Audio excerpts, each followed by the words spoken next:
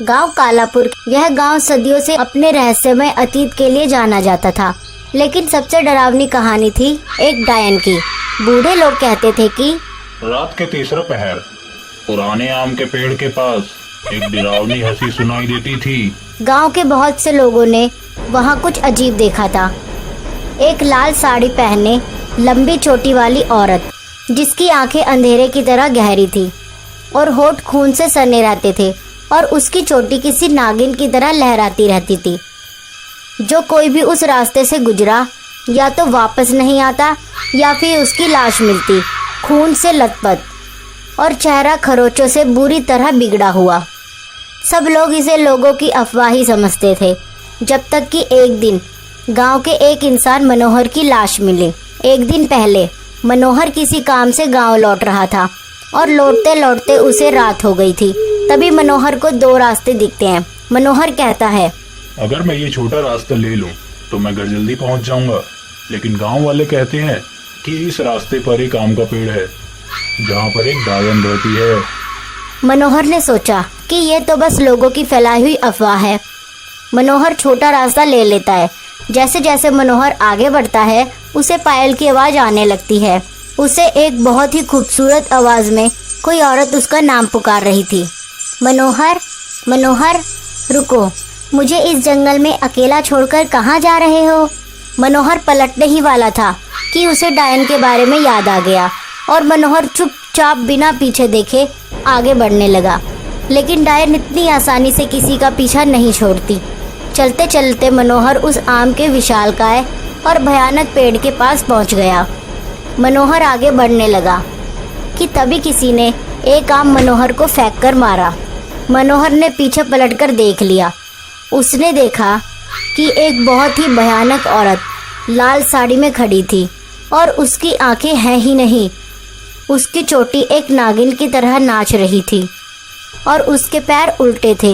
वह देखते ही मनोहर के पैर जमीन पर जम गए और वो डायन मनोहर पर टूट पड़ी और अपने चाकू जैसे तेज नाखूनों से मनोहर का शरीर नोच डाला और मनोहर ने उसी समय अपना शरीर त्याग दिया। अगले दिन डायन का ये किस्सा पूरे गांव में फैल गया और सब गांव वालों ने रात में तो क्या, दिन के समय भी उस आम के पेड़ के पास जाना बंद कर दिया। रवि, एक 22 साल का लड़का, शहर से अपने दादा दादी से मिलने गांव आया था। उसने बचपन से इस डायन की कहानी सुनी थी, लेकिन वह इसे सिर्फ एक अफवाह मानता था।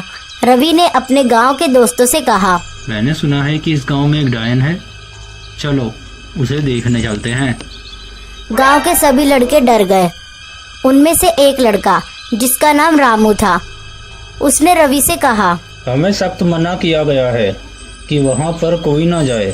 लेकिन रवि गांव के सभी लड़कों को अपने साथ चलने के लिए मना लेता है, लेकिन वह सब दिन के समय जाने की योजना बनाते हैं। रवि और रामू गांव के कुछ लड़कों के साथ आम के पेड़ के पास आया। वह आम का पेड़ दिन के समय ही बहुत डरावना लग रहा था। हवा एकदम ठहरी हुई थी, पक्षी चुप थे और आम के पेड़ से एक बहुत ही मनमोहक खुशबू आ रही थी। पेड़ के तने पर नाखूनों से बने गहरे खरोच के निशान थे। ये देखकर सब लड़के वापस आने लगे, लेकिन जब वह आ रहे थे तो उन सब लड़कों को पायल की आवाज आने लगी, लेकिन किसी ने भी मुड़कर नहीं देखा और सब लड़के अपने घर पहुंच गए। रात को रवि सो नहीं सका। उसे महसूस हो रहा था कि कोई उसे देख रहा है। अंधेरे में एक परछाई उसकी खिड़की के बाहर खड़ी थी, लेकिन जैसे ही उसने जोर से पुकारा, वह गायब हो गई। उसी रात उन्हीं लड़कों में से एक लड़का अजय गायब हो गया।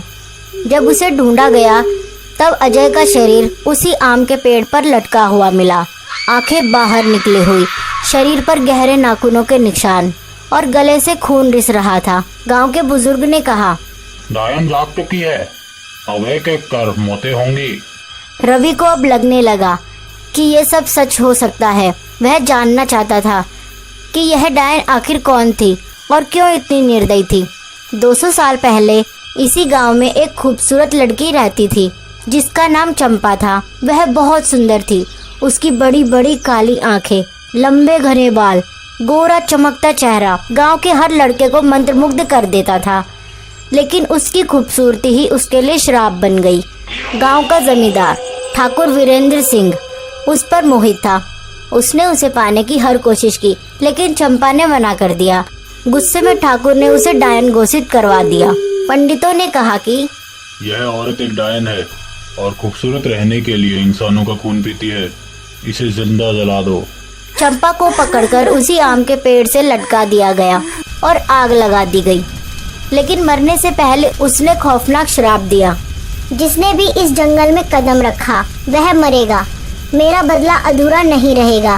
पंडित ने चंपा की राख को एक मटके में डालकर उसी आम के पेड़ के नीचे दबा दिया और कुछ दिन बाद ठाकुर की रहस्यमय तरीके से मौत हो गई।